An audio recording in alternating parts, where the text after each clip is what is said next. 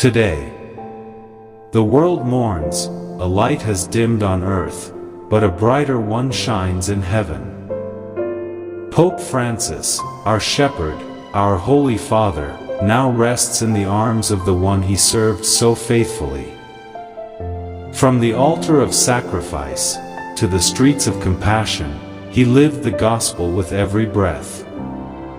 His was a papacy of presence, close to the broken, the forgotten, the lost.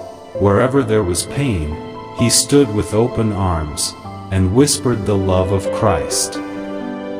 He didn't just preach mercy. He lived it, not as a distant pope, but as a father, a friend, a pilgrim among us.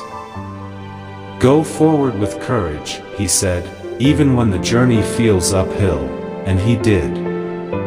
Every day, with a smile that could melt walls, and a heart open to the whole world. He belonged to every nation, every tongue, every heart, a man who carried the church on his shoulders, not with pride, but with prayer. And now, he prays for us from heaven. He has returned to the home he longed for, to the embrace of the Lord he so loved. Rest in peace, Pope Francis, your mission is complete, but your spirit will live on, in every act of love, in every humble mass, in every whisper of peace.